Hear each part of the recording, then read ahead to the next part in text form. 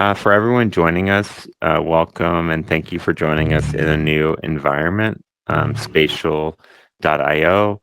We are learning this environment the same way that you all are. We are currently trying to get this room set up to have the captions displayed as well as the presentation. So bear with us, and if you have any questions, feel free to come off of mute and ask us.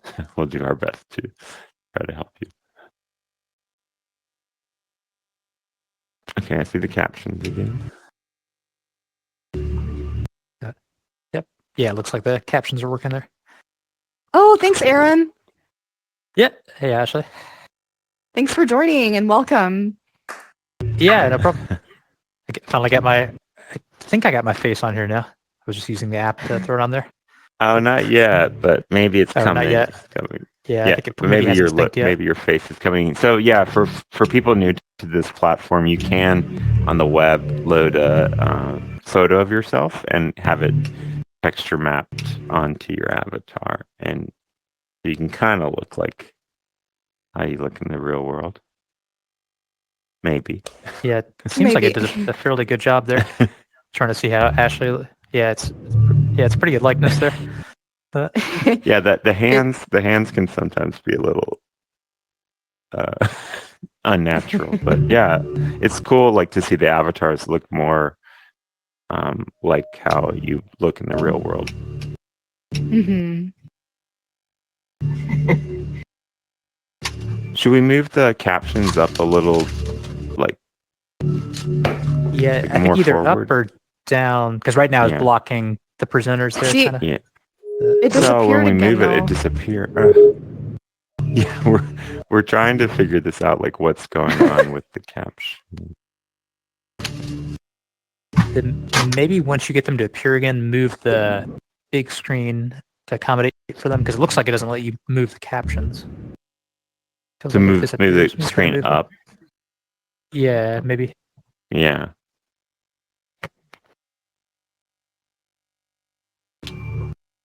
Oh, there you go.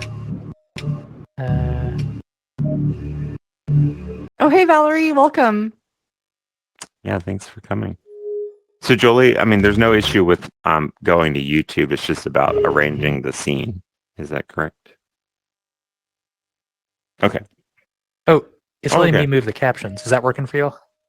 Yes. Yes, we can see that. Okay, so let me, like, do you want it more like that? Yes. That way it looks like it's...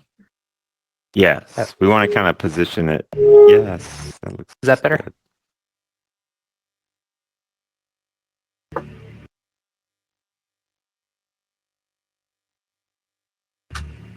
Yeah, it's letting me move it, and I'm using the right trigger is what's letting me move it and let it stay there.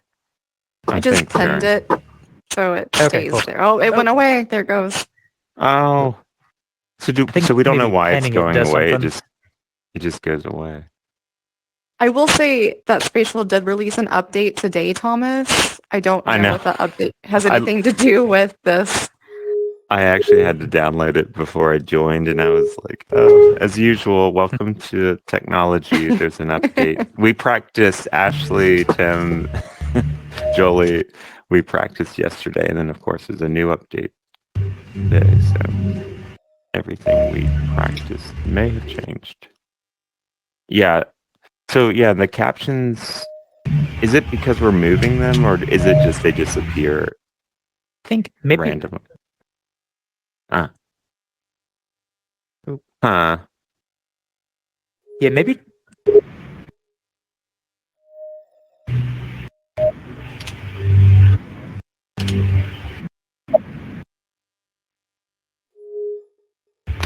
Yeah, so everyone, welcome to our event. We're trying a new space. The captions, today's event, we're trying spatial. Is it because we're moving them, or is it just they blocking disappear? the view of the slides and the captions?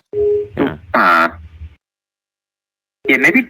Is anyone here using headphones? Everyone should be using headphones if you're on if you're not muted. If you're unmuted. Sorry. Yeah, so everyone to our event, so we're trying in the the captions we're trying spatial. Is it because we're moving them, or is it just we want to see the view of the slides? And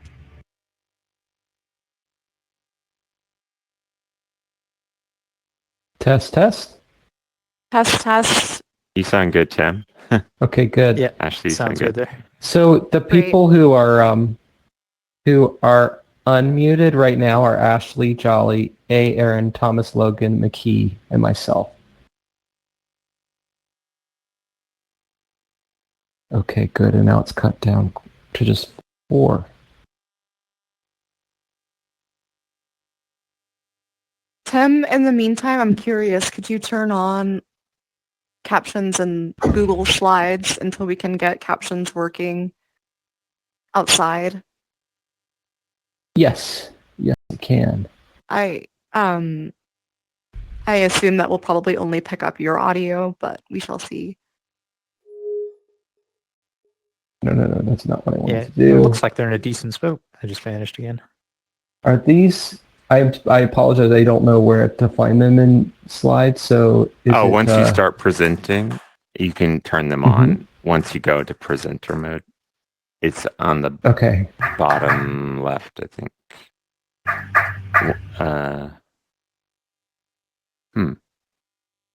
Oh, is this it? Oh, and then here we are. menu. Turn on pointer. That's strange. I thought it was under that menu right there.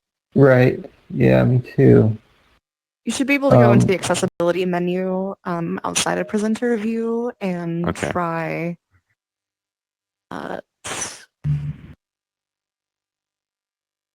There we go. Accessibility settings. I guess I have screen reader support. That's probably what I want, right? There should be an option for captions. We'll just turn on everything. Let's see. Yeah, shouldn't that all be on by default, right? Right. Why do we have to turn that on? Now let me see if I go into slideshow mode. Test. Yeah, it doesn't give me the captions. Now I am in Safari browser. Okay, good. I don't know if and that we makes do a have difference. the captions coming back in again now as fantastic. Yeah, Okay. I think as long as nobody touches them, I think they'll stay there. It seems like. Okay. Okay. So we'll delicately place them and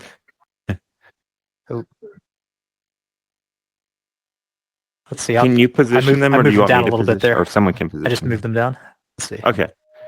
That help? How does that look? And actually, everyone, thank you so much for coming to us in our new space today. You may need to move back farther from the screen. So if you could move a little, for people attending, move a little bit to the back of the room, because we're also streaming to YouTube, and we don't want our avatars to be blocking the slides or the captions. Sean, you were blocking these slides. Do you mind moving? Yeah. This is my husband, by the way, so I can. Oh. What am I doing? You can definitely ask him to. Can you please move to the back of the room? You're blocking the slides. Oh, I have the. Oh, I see. There you go. Yeah. So here. Yeah. Follow me, Sean. Use your I think it's E, W, and Q to navigate on your keyboard. We can always move the screen up higher so that it's taller than everyone. Yeah, I think, can we move the screen up a little bit higher so that we're above the audience? But I think that might be better so that we're not having people walk in front of it. Yeah, now we shouldn't worry about people in the way. But we're going to have to bring the captions back in again. Here we go. And if you tell you what, if the captions drop, I don't mind pausing. And Ashley, I'm sure won't mind pausing it, like if we need to wait for them to come back. Okay. Yeah, let us know in the audience if the captions go away, we'll pause, right? And we'll just take a moment to bring them back. All right, well, let's get started because we're about...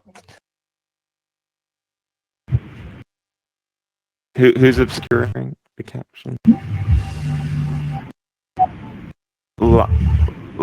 Laria, if you can hear us, your avatar is currently blocking the captions. And this is a good demo for us starting our events. We learned this previously. Oh, they went away.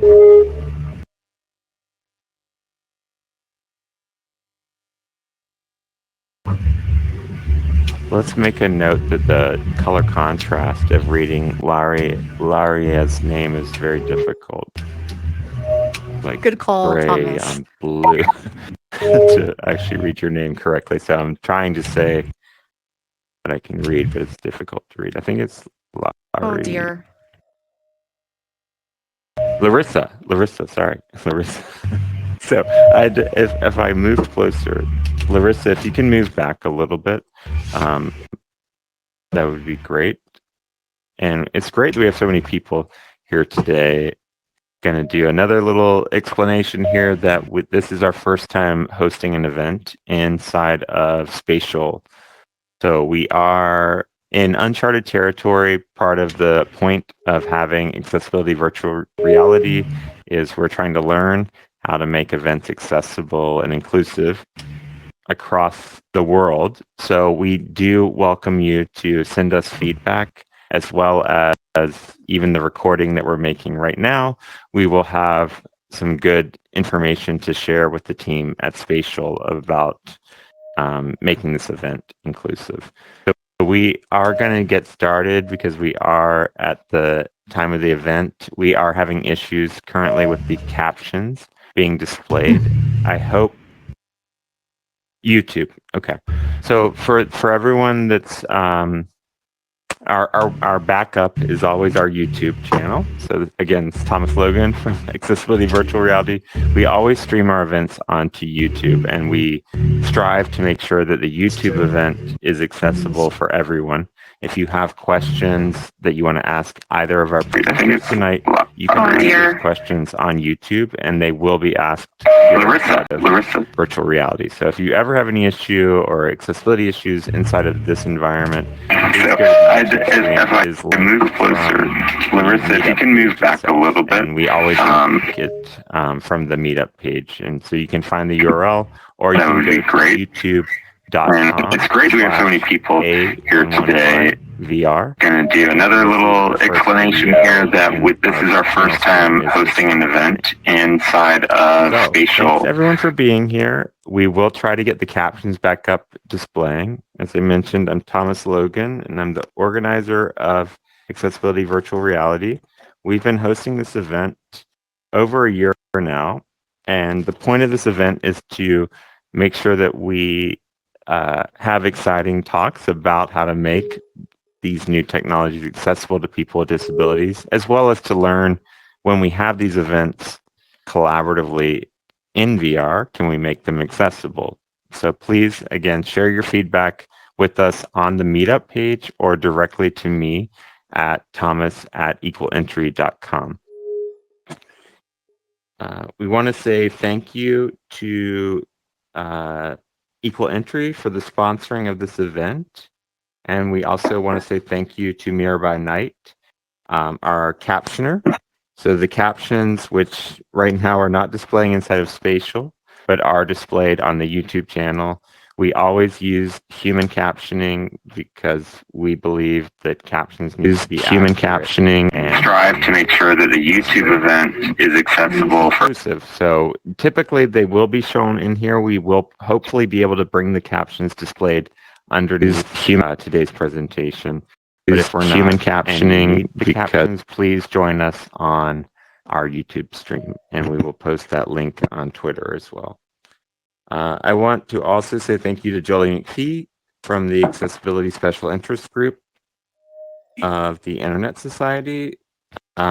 He is been the person that we worked with both at Accessibility New York City and here at Accessibility Virtual Reality to make sure that the stream happens on YouTube and that any presentation that you may have missed is available and recorded. So you can always go to our YouTube channel and see any presentation you've missed.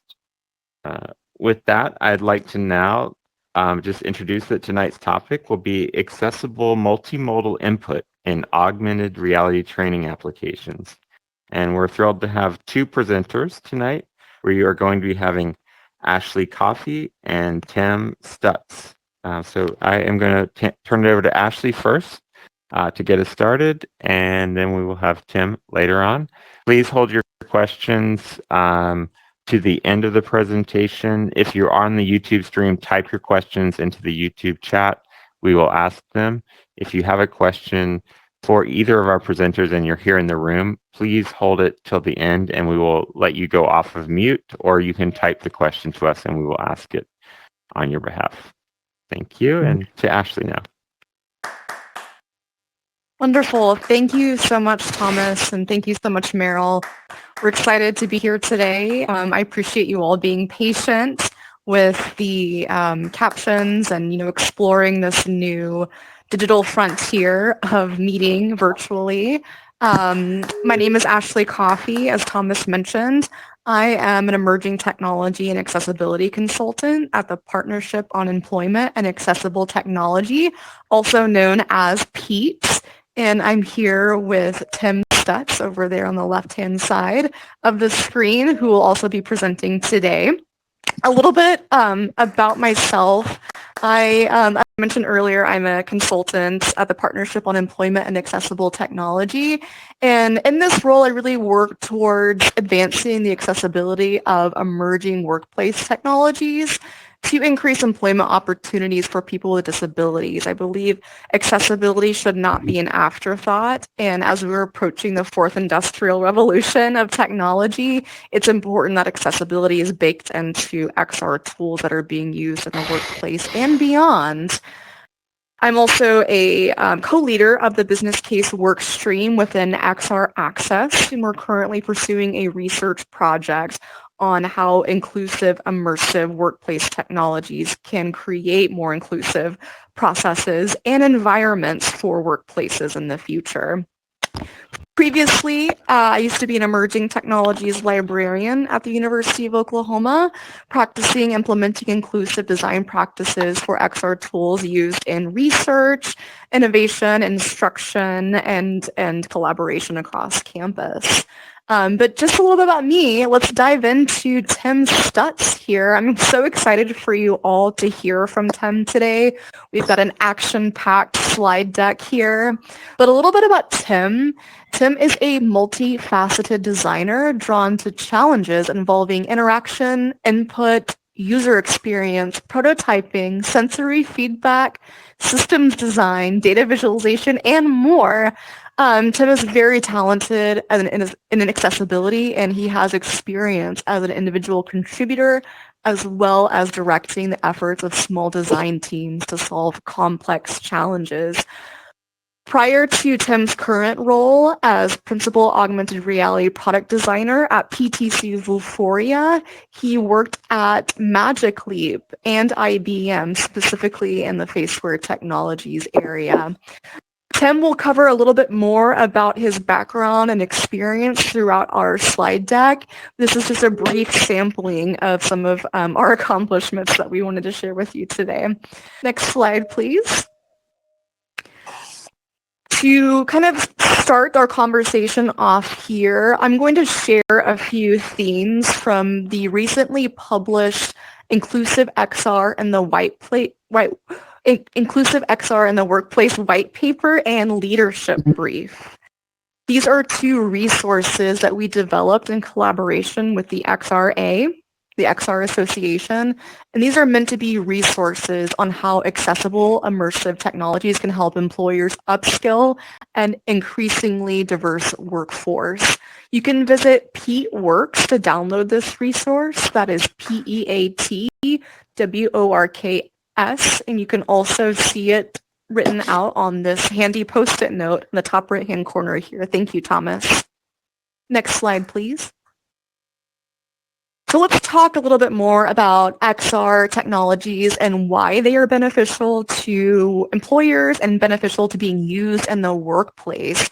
There are a few example images listed here on the bottom of the screen.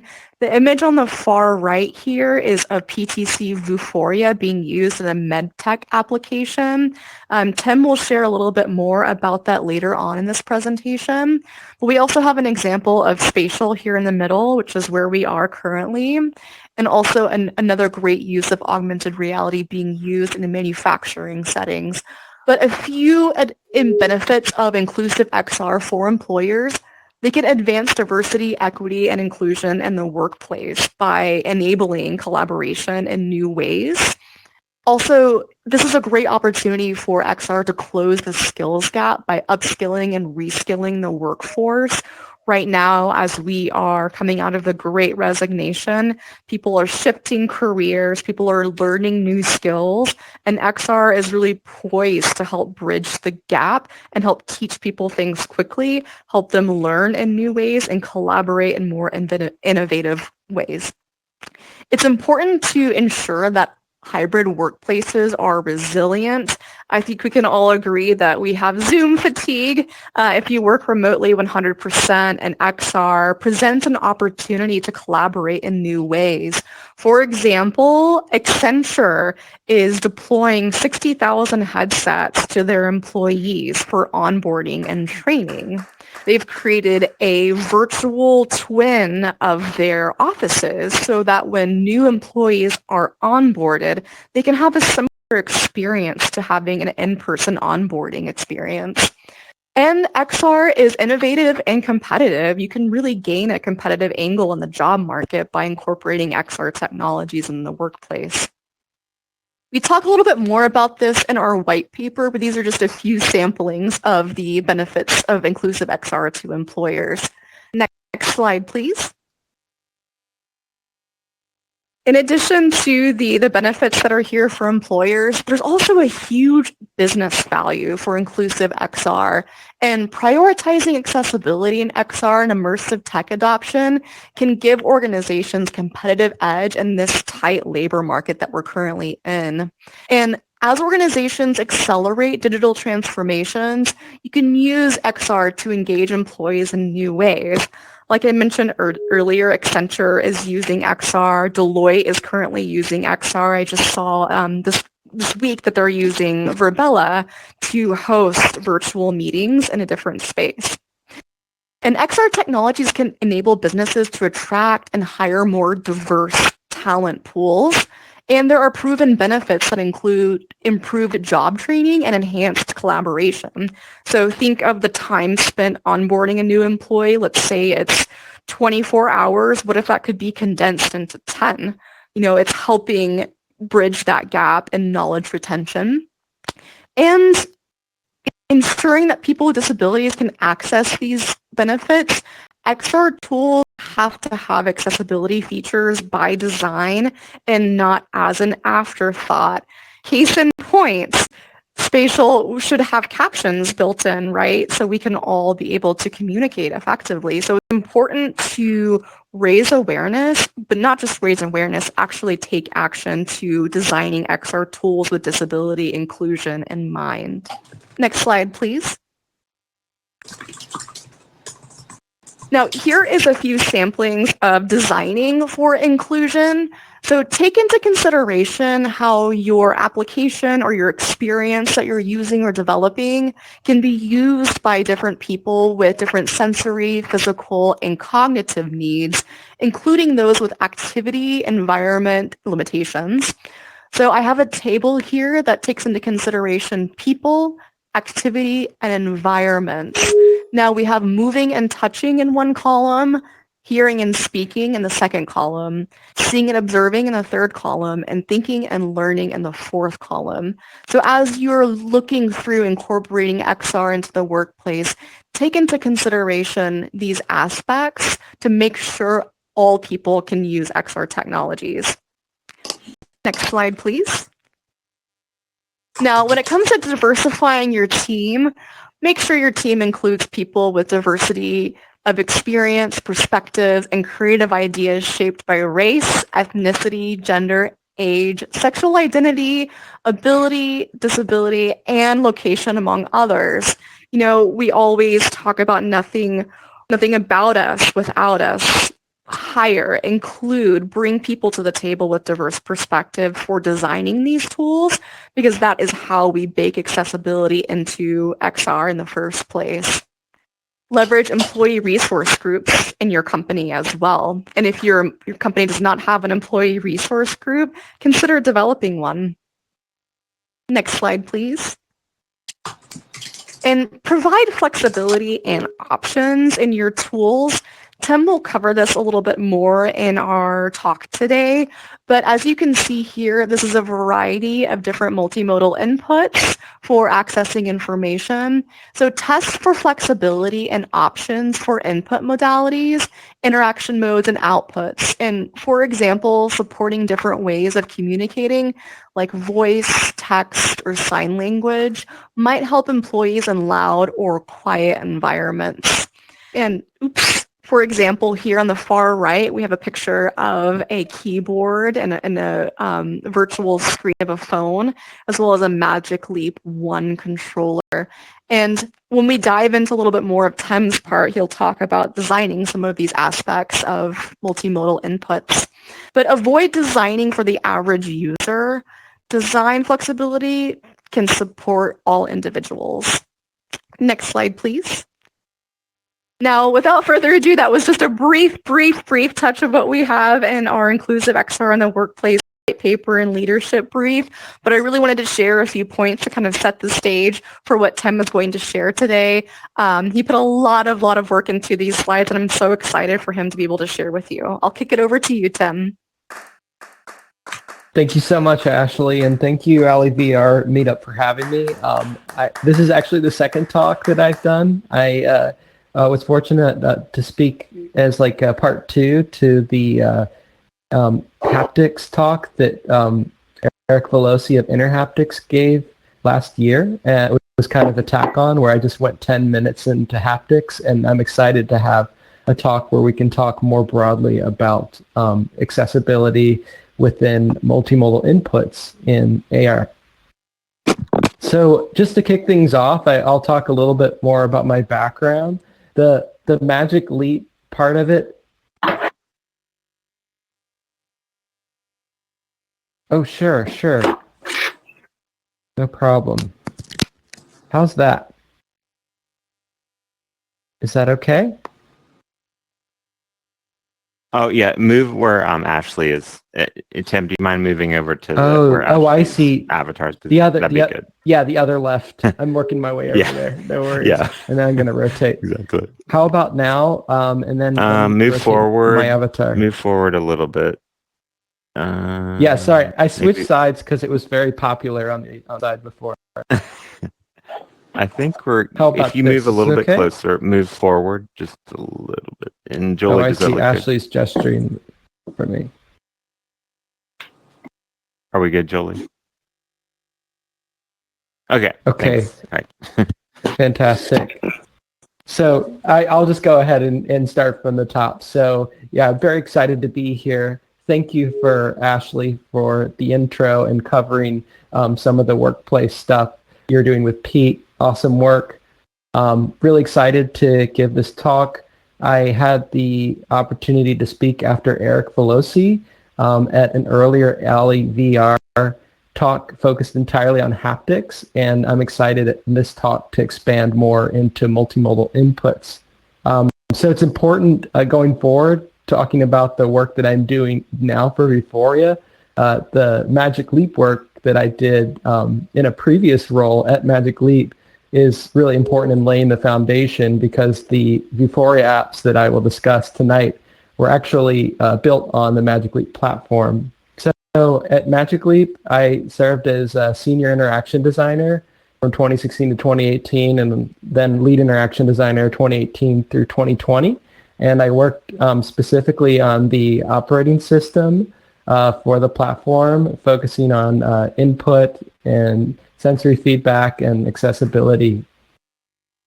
I want to just talk a little bit about Magic Leap and what it is for those who might not know or might need a refresher. So Magic Leap is an AR head-mounted display. I'll sometimes use the acronym HMD for head-mounted display.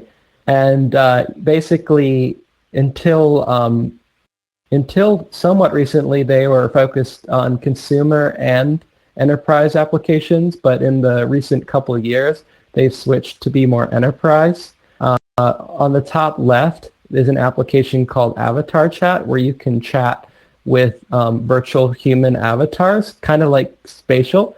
And here we see three different avatars of mixed backgrounds and a menu of emoji. So that's one application. At the top right is the screens application. So someone is reclining on a sofa watching a virtual screen in their living room. You can imagine the appeal of this. You can have that 17-foot TV you always wanted to for just a fraction of the price.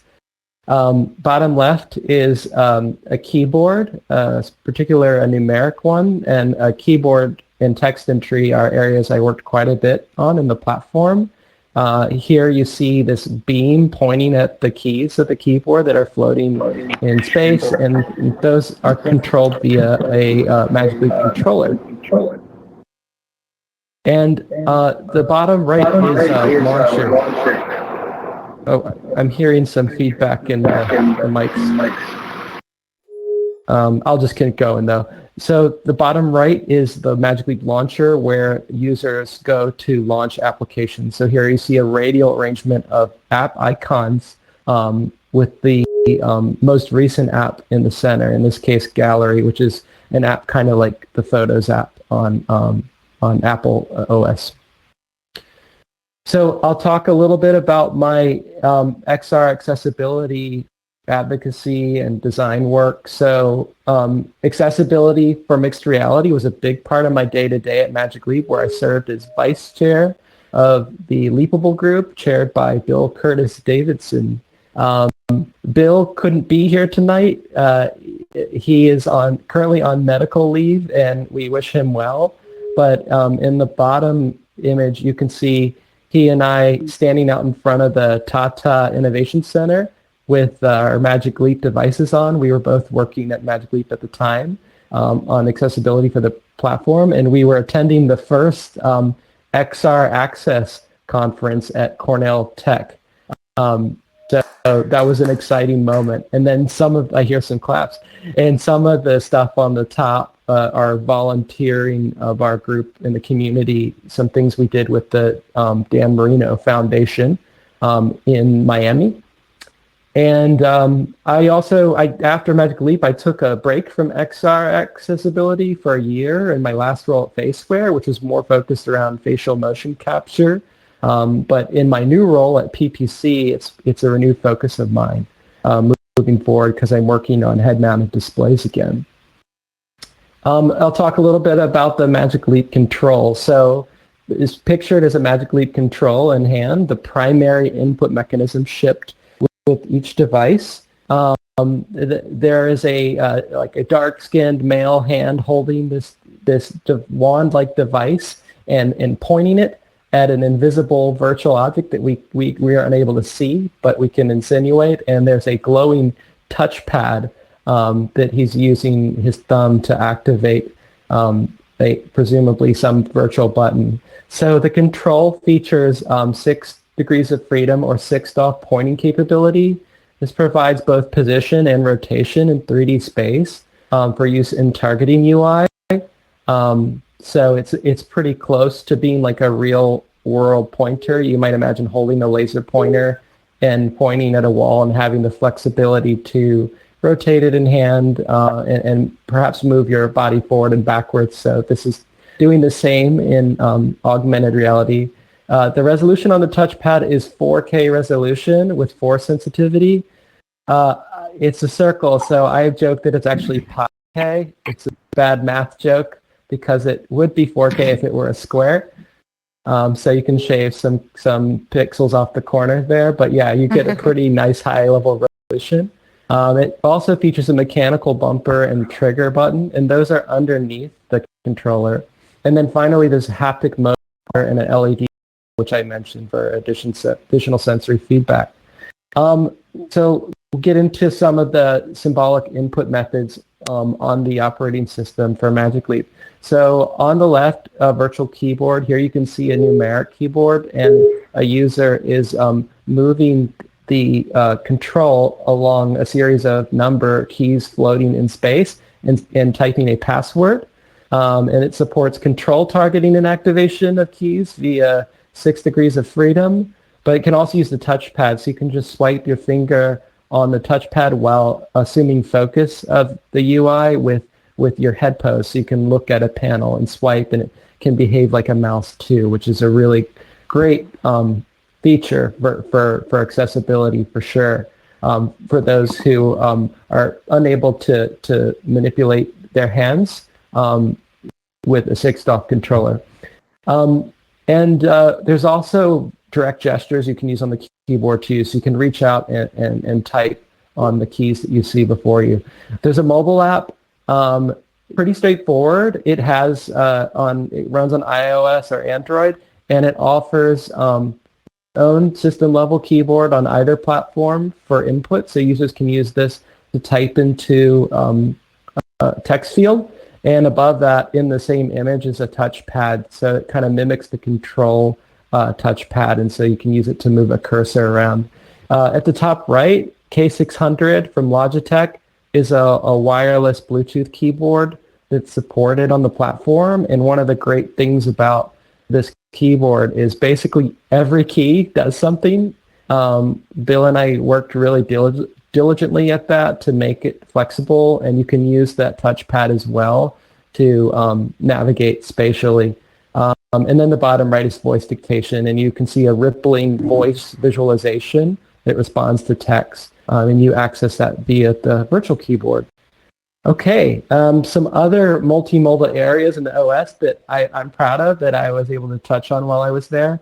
Audio is an area that's near and dear to my heart, and there was a lot of multimodal input feedback for just setting audio level. So in the top left, you see a radial on-screen volume indicator for when you adjust the volume. It floats in front of your view, not fully blocking it, but just enough so you can see what level the volume is.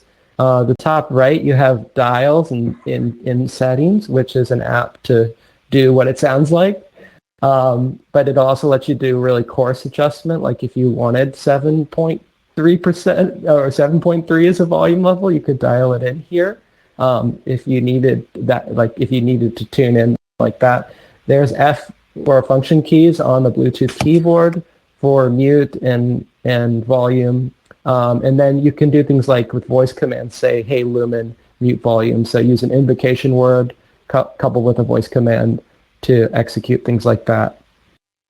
Okay, so audio volume level buttons and LED patterns are also things that happen on the LightPack. So there's a nice multimodal example. At Magic Leap also worked a lot on sensory feedback. The primary is visual, and we often like talk about it as if it's the only, but there's a lot more going on. In particular, their sound, it can happen via built-in speakers as well as headphones, some Sennheiser headphones that will work with the device as well, so giving the user spatial audio cues. For haptics, we have the built-in motor, a motor inside the control itself to respond to input, and there's the tactile feedback of the controller itself, and the trigger even has its own mechanical sound. So yeah, I had the opportunity to work on 40 different LED patterns across the hardware and 20 plus haptic patterns and 100 spatialized sounds. So that was really fun. I also got to work on this, which is a picture of, oh, before I forget the previous slide, there's a nice Venn diagram here of the visual, the haptic, and the sound, and showing how they can overlap with like an emphasis on that sweet spot in the middle where they all might happen together.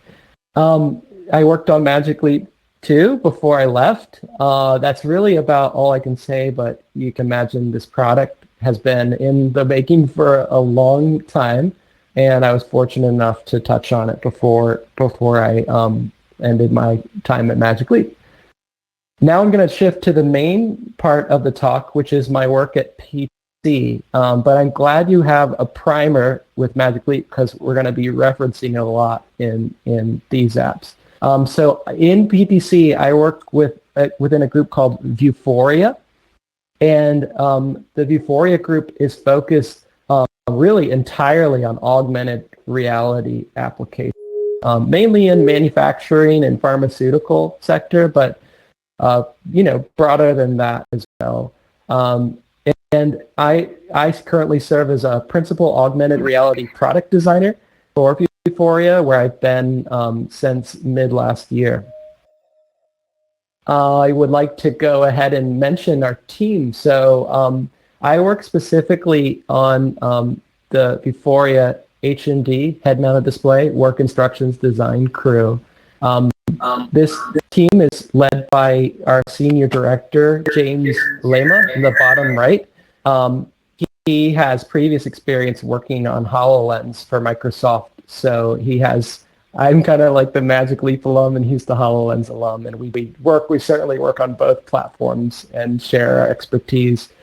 And then myself, next to James. By the way, I am Caucasian male with brown hair and beard, middle-aged approximately, to describe myself. We also have Brandy Kennard, who's a brand new designer on our team, and Dan Lane, who is another principal designer who's focused a lot on 3D design work. In the top right, Luisa Vasquez, who is a design technologist. Luisa recently left PTC for another role, but she did some great advisory work on the H&D apps that I'll talk about tonight. Steve Jackson has been a great resource to us. Steve, top center, is a lead designer on the Vantage application. And so Vantage, which I'll talk about for Magic Leap, runs on a bunch of other platforms. And so Steve handles all of the tablet and mobile applications of Vantage. And finally, Joel de Guzman is an excellent 2D graphic designer who's been really helpful for our design language and working on icons and illustrations. So that's our team. I'm going to get into some use cases and solutions. Let's talk about the hardware first and what we currently support. So head-mounted display devices and applications for Vuforia Work Instructions. So these are running on Magic Leap 1, are the new Capture and Vantage app, which I'll go into and share with you tonight. There's also Microsoft HoloLens. It supports the original Capture and View. So these apps at this point are a couple years old, but still work and are still in use by some clients. Then there's RealWear H&T, which also runs the original Capture and View application. Pictured at the top left is a Caucasian woman wearing a HoloLens device. Bottom left corner is Latinx wearing Magic Leap's device, and then you have a Caucasian male contractor in a very rainy construction site wearing the RealWear, basically showing off the fact that RealWear of these three devices is probably the only one you would feel comfortable having out in the rain. The Magic Leap and HoloLens are best described as goggles worn over the head. The RealWear is like a tiny touch screen that's kind of parked on a boom in front of your lower eye and gives you a tiny, kind of a tiny screen view there. But the great thing is, well, a couple things that are great. It being that close to the eye, it actually provides a lot of resolution, and also it's amazing for voice commands, which is the only input that RealWear supports. Okay, my hypothesis, and kind of central to this talk, is that building usable multimodal input augmented reality applications with multisensory feedback in an industrial work setting to overcome barriers benefits accessibility. So this is kind of a bold claim, and in saying this, I am not saying that we aren't off the hook to just support accessibility needs outright, but what's interesting is in manufacturing setting, we have a number of obstacles to overcome that are similar to ones that are those in accessibility. So things we can do with head-mounted display applications. We can optimize for content readability regardless of light conditions. We can have more on-screen text and stronger haptics and visual feedback, which helps in loud settings. We can use hand gestures to avoid the need to pick up hardware and controller when not possible. This is huge for our current Capture and Vantage products for HMD, because in the factory, often people are holding other objects or wearing gloves that make picking up objects problematic. And we can use far-field hand gestures to eliminate the need to reach for objects that are not within a user's reach. Finally, the UI can contain calming and simplified design that helps prevent cognitive overload from overwhelming stimuli. And on the left-hand side, you'll see there's a simple UI that's our original Capture app in HoloLens with some actions on it, as well as like a take a photo voice tip that will let a user know what to say if they wanted to take a photo with voice. In terms of our offerings, I'm going to talk primarily about Capture and Vantage, but it's important to understand the full Work Instructions Expert Capture suite. So with Capture is like what it sounds like. We're using it to capture instructional content, and one of the real benefits to our applications is that we can do things like capture area targets. So area target is a spatial marker. It relies on Vuforia engine technology, and think of it as like a marker in a space that like uniquely identifies the space. So like I can record an image and video, but I can also like put a marker on a particular table in a factory, and so then once a worker runs that step again in a procedure, that anchor can appear in the same place in the factory setting. So it's really powerful in its ability to capture these area targets. There's an app called Editor. This does not run on the HMD, unlike Vantage and Capture. And it's a web application, and here you can see a laptop with the app, a motorcycle on the screen.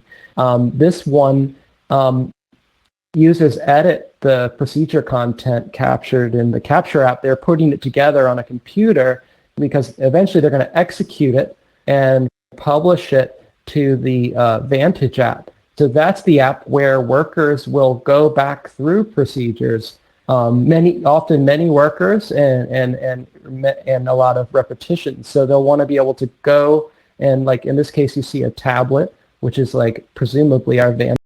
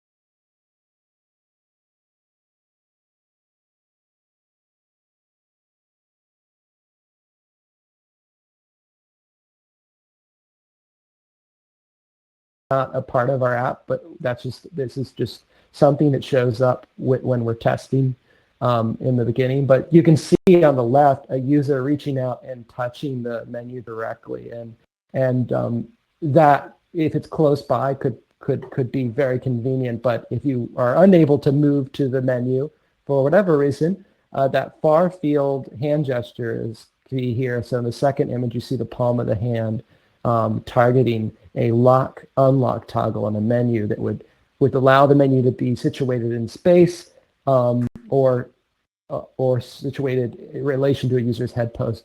Top right is the control pointing at the same menu on another button that's used for putting down anchors, which are the area target feature I mentioned, and then finally voice commands. And note the tool tips. So in the images on the left, the two images, when the user is hovering over the UI, they're reminded of the voice command. So a tip says, "Hey Lumin, lock menu," or "Hey Lumin, snap photo." So this tells the user what they can say if they're not sure. And that's a really nice feature too. Learning all the voice commands would otherwise be challenging. I'm going to show a video of input. Here, a user is placing area target markers. In this case, it's me in the backyard. I'm putting some on some foliage, and I'm doing so with control, and then I'm going back and targeting the menu and getting another anchor and putting that one down with a hand gesture by doing the air tap gesture in the air, and I'm looking around, waiting for the reticle to appear, and then finally I say, "Hey Lumin," voice command to say at the anchor, and it'll take a second, and then it'll find the tree and place it there. So that's a nice example of the app in the wild, literally, and there's videos for this going up on the YouTube stream. So all the videos I'll show tonight are being shared there. If you'd like to click links and hear sounds, the sounds are not coming across in spatial, unfortunately. On the input side, we are doing things like providing our own sound effects for many different places in the app. The benefit is obvious, just having additional sensory feedback. We also have sonified notifications. We're not doing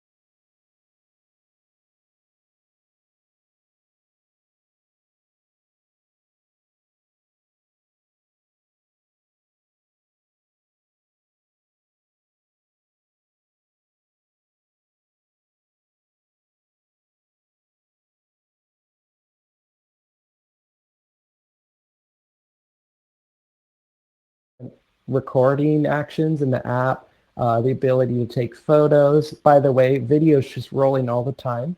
So in our current app, you're just recording everything, and later you can kind of edit down what you don't want, or press spatial markers. You also have UI to advance the next step on the bottom. So a user can like go through and imagine how they're going to record this procedure and be like, okay, like at step 2, I want to tell the user to go to this table. So they might place a marker on the recording actions in the app, some photos, the ability to take photos. By the way, video is just rolling all the time. Taken a photo, presumably with voice since their hands are tied up, and a thumbnail preview shows up. Here's a video of capture and action, and this will be on our YouTube stream if you would like to take a look. So a user, gloved hand in a lab, is reaching out and starting the capture app. They're going to take a photo now by tapping the menu, the photo button, and a photo is snapped, so they have a preview. They just locked the menu to the world, and we have a cool feature when you move back away from the menu, it actually scales so that it's more targetable from a distance, which is another great accessibility feature. If the menu ever comes out of screen, we have UI that's persistent to bring it back. You can bring it back, and now a user is placing a spatial marker with that air tap gesture, as with the other video. So when the user's done recording capture, they can save their session and download it to the device, and then bring it into editor for further editing.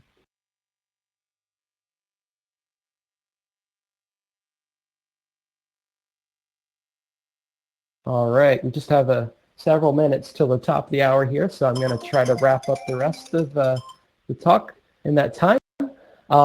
So I wanted to talk a little about some of the accessibility related features in this app. We're really just getting started, but one of the things we did is we created a capture menu alignment function for settings so that users can position the menu either left or right in relation to the user's field of view. So I've highlighted that toggle there in settings.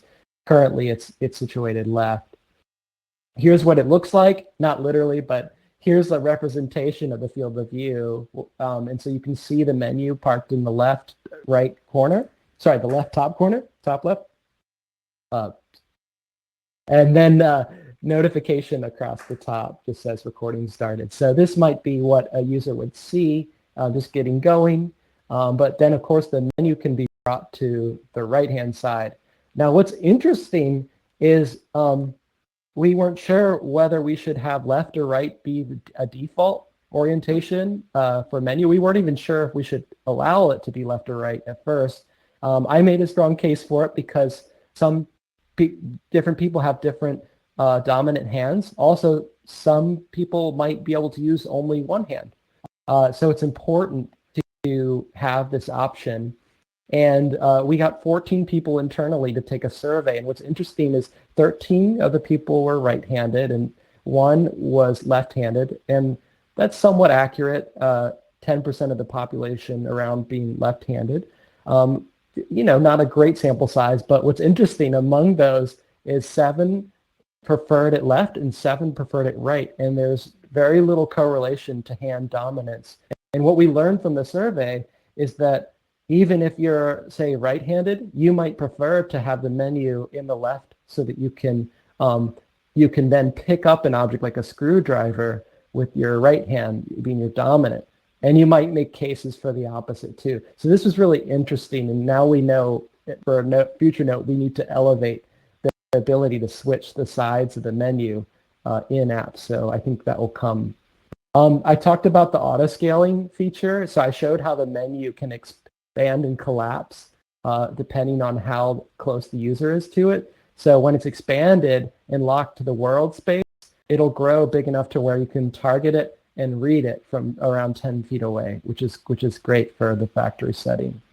I talked a little bit about anchor placement before, but here you can see a flow of that happening. You see the anchor button. I've squared it off to show you where it is. And then a user, hand-drawn rendition of a user pointing with their head, because that's how they do it in this step. They point their head. They see an orange reticle, and then they can say, hey, Lumin, or they can do a gesture to place it or press the trigger. So it's very multimodal. And then finally on the right, the anchor is saved.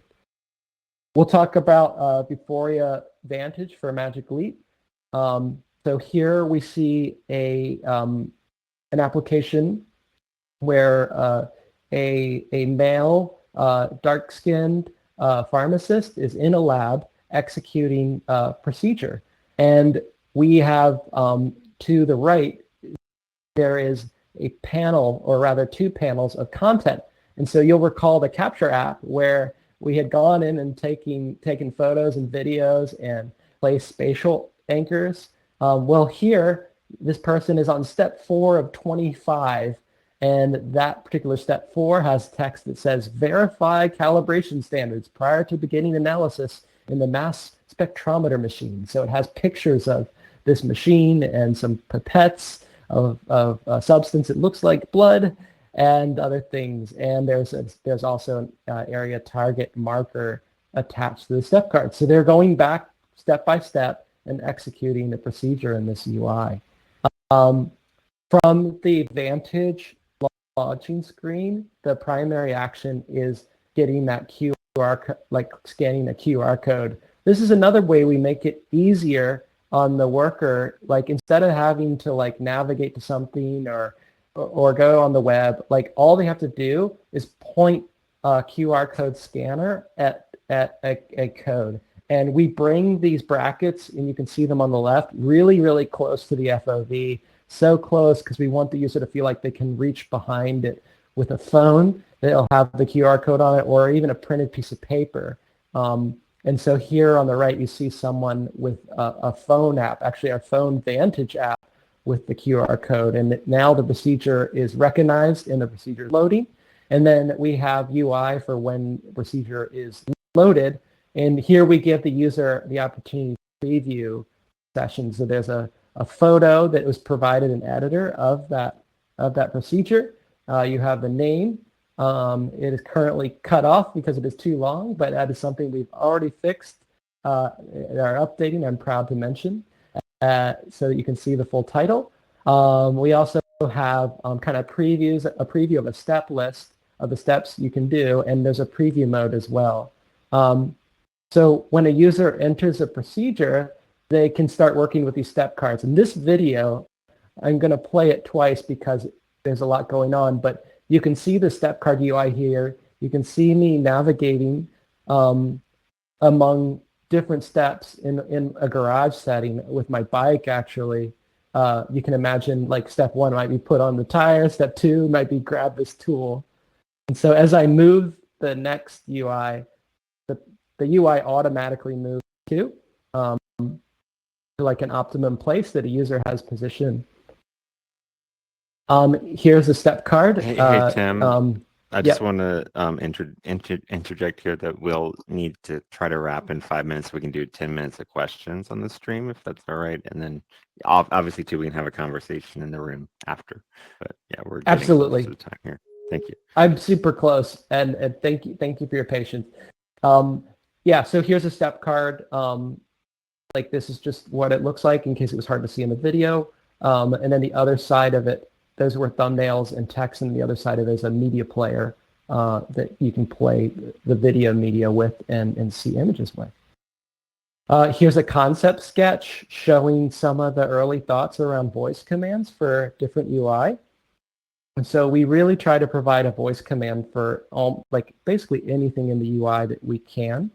We don't have them for thumbnail images specifically yet, but we offer UI for all the other functions on this screen. Here's a step list UI that shows the full list. So if you wanted to see like a wider view of the list of steps, and then finally there's a finish session button on that list. A user submits the session, and then the analytics from that go off to our Insights app, which runs on a desktop. I'm excited to announce that our Vuforia Capture and Vantage apps were released on the Magic Leap World Store app towards the end of 2021.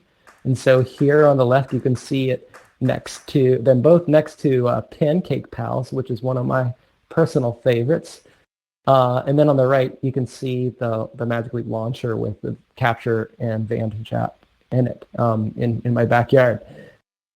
And I just want to say special thanks to all of you, and also Bill Curtis Davison, who couldn't be here today, but helped a ton with deck preparations. Bill is currently recovering on medical leave. And I also want to thank Ashley for stepping in and doing an excellent job in representing PEAT, and Meryl and Thomas of Alley VR for hosting as well as providing us presentation feedback. Meryl spent a lot of time helping me go through the deck and letting me know which text was difficult to read. And I also, at one point, I had subtitles on almost every element in the slides, and we were able to scale back. So thank you so much for that. And finally, thanks to Jake Steinerman, head of community at Spatial, and a former Vuforia employee for assistance facilitating the event. That's all I got.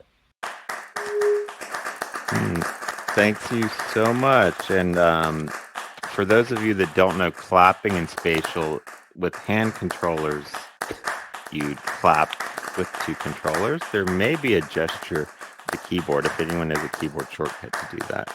I'd love to do it. But thank you so much, Tim and Ashley, for the presentation today. I want to also really acknowledge, and move over here. I want to acknowledge Tim's work on the descriptions for his presentation. So, you know, we do these events a lot here, right? In events, and Tim really did a lot of work on making sure that he had great alternative text specified for everything that was provided, and we're going to plan to use his examples for other people that present here at the meetup. So I just also want to give a special shout out, like, thank you so much, Tim, for putting that work into the presentation as well. That's very appreciated. So now we're going to open it up. It was a great presentation.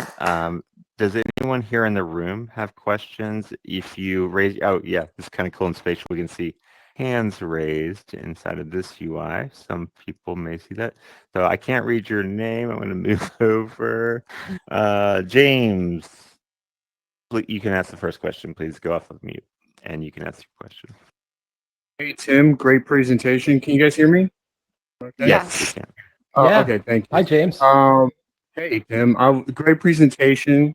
I'm going to keep it quick and try to, I'm going to ask something a little bit cutting edge, but I'm curious more on how people have learned. I'm sure through testing, people's like learning any particular skill has increased versus in this medium versus others when performing these sequential, steps and having their hands free and having, and sort of using these tools. I'm curious if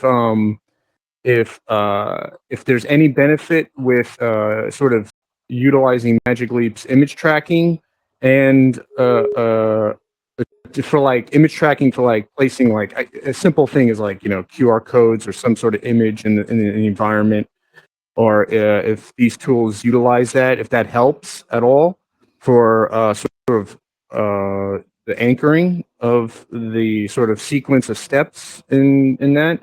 And also, if like this is where the cutting edge question comes in. The HoloLens 2, I believe, is getting object recognition with object anchors, and if any explorations being done there, if you can comment on that, and of course, and if it helps the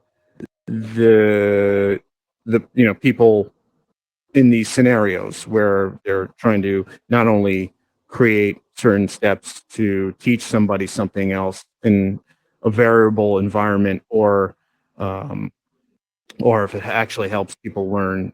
I'm curious if you can comment on anything like in that realm. It's basically question is the image anchors and more cutting edge object anchors, and if that helps anybody, or if that's not really a consideration. No, it's fine. I can address that. Thank you, James, and it's good to see you and talk to you again. Yeah.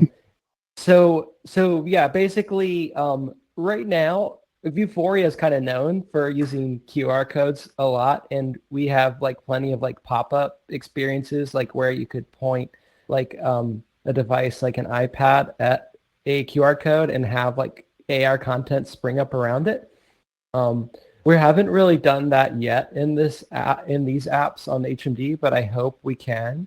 And in the meantime, we're using QR codes mainly to just launch into procedures and make that workflow make that workflow easier, especially eliminating like text entry challenges where possible. Oh, Those are right. always difficult on the HMD.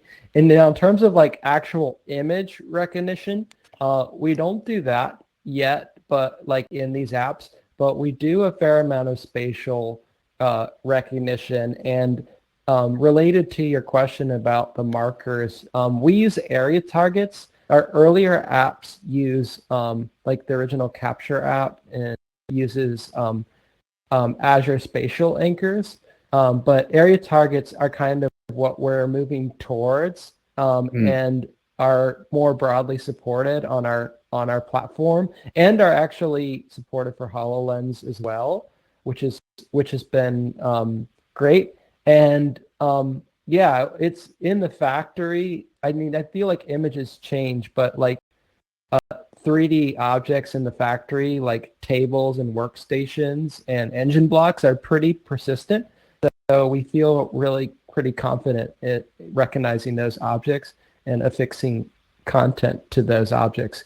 But we'll totally explore more image stuff moving along. I know we're talking about doing it using machine learning, computer vision to see, for instance, whether a screw has been tightened adequately in something that's being put together. Because currently we are just basically relying on, our current apps rely on the trust of the user to say, okay, you finished step 1, you finished step 2, but we don't verify that yet in our HMD apps.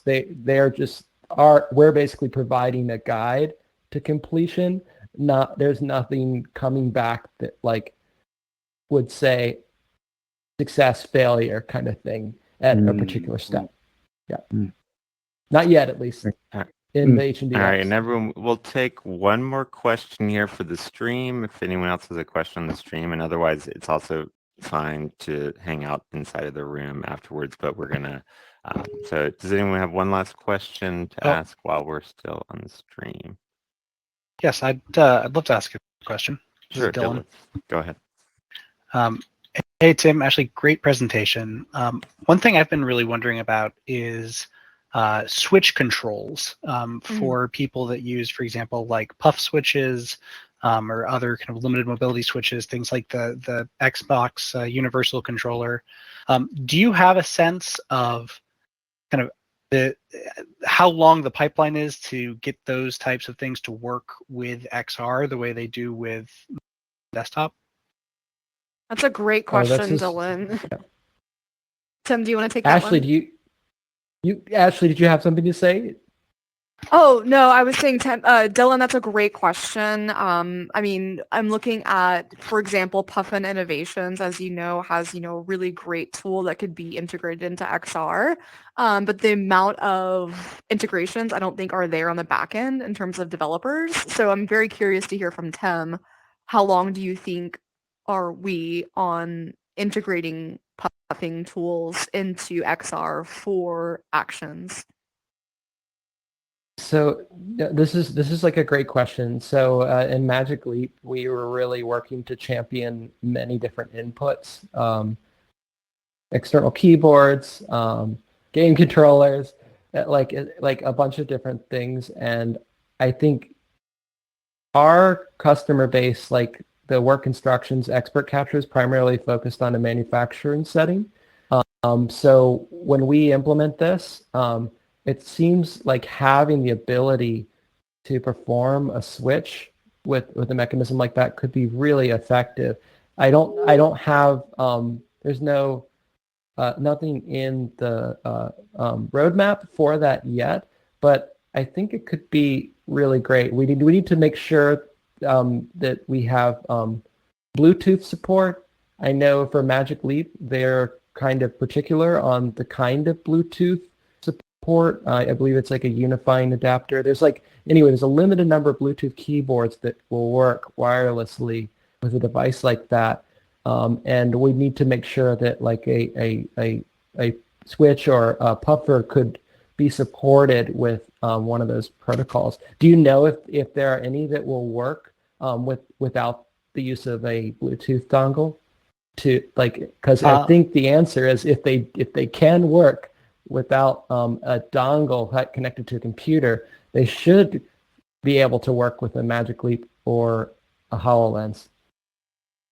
Yeah, I mean, I think it's I've heard that Bluetooth can be a little finicky. I know Thomas was talking about trying out a Bluetooth controller with I think it was with Oculus, but having it be a little tentative about whether it would work for any given interaction.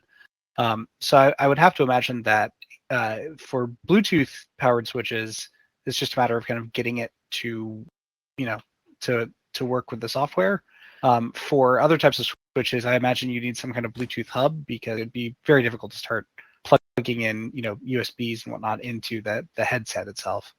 But Yeah, yeah, so- it's just something I would definitely love to see in headsets as the software continues to evolve. I think something like also we're really focused on manufacturing and coming up with out-of-box tools to just assemble things for our apps. But other parts of our company, like Vuforia Studio, for instance, they're working on a product that's broader in application, and it's quite possible that something like that would be able to hook up to Vuforia app via Unity and Magic Leap is a supported device there. So if not in work instructions, certainly something in a broader Vuforia. And we also support a number of hardware devices. I mean, we have LiDAR scanners that are supported. So we're definitely no strangers to supporting third-party hardware. So yeah, that's a great question. Awesome. And with that, we're gonna also say let's wrap and say thank you so much to Ashley and Tim, and I'm gonna use my clap animation here. Thank you. Thank you both for your joining us here today, and thank you everyone for joining us and experimenting inside of Spatial. We're learning, and we again. If you didn't hear the beginning, please send us your feedback. If you had any issues, if you have any things that worked well or didn't work well, you can message us on the Meetup page, and you can also message us on our personal emails, but the Meetup page is probably the best place for us to collect that. And we do want to say thank you so much to Mira by Night, Steno Knight, who is here, her avatar. We can see her over here on the left. She is the captioner for an event. So for those of you all here in Spatial today, we were not able to get the captions displayed in the world, but they were displayed on our YouTube stream, which we had many people joined on the YouTube stream as well today. And so if you missed part of this presentation, it will also be available on the YouTube stream. And that's a segue into also saying thank you to Jolie McPhee from the Accessibility Special Interest Group of the Internet Society. And he is responsible for making sure all of our events are recorded and available. So if you want to see other events we've had in the past, they're all on our YouTube channel at youtube.com, A11YVR. We also want to let you know our next presentation will be coming up. Just taking my headset off for one moment. Where it's coming up on March 8th in Japan, March 7th, I think. No, it will be March 8th because it's Europe. So March 8th for probably most of the world. And we're going to have supporting the speech disabilities and differences community using VR. So we're going to have a entrepreneur, Gareth Walcom, who will be presenting his product for helping people with speech disabilities improve speech using VR. Again, thank you everyone for coming. And if you want to hang around after we end the stream, I believe Ashley and Tim will be able to hang out for a little bit more and you can ask some questions.